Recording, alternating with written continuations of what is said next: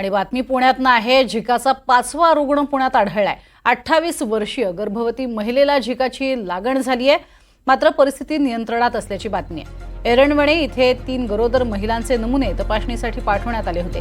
त्यापैकी 2 निगेटिव्ह आले, आणखी 3 नमुने पाठवण्यात आलेत। निकालाची अजून प्रतीक्षा आहे। मात्र झिकाची बाधा झालेली गर्भवती महिला ती रुग्णाच्या घराजवळच राहत होती। एअर कंडिशनर आणि घरातील पाण्याचे फवारे यामध्ये पाणी साचू नये यासाठी प्रतिबंधात्मक उपाययोजना केल्या जात आहेत। जनजागृती मोहिमेला सुद्धा गती देण्यात येते। ग्राफिक्सच्या माध्यमातून आपण पाहूयात।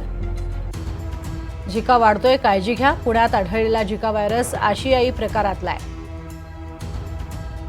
विषाणू अत्यंत वेगाने संक्रमण करतो। विशेषतः गरोदर महिलांसाठी तो धोकादायक आहे। गर्भाच्या वाढीवरती याचा परिणाम होण्याची भीती आहे।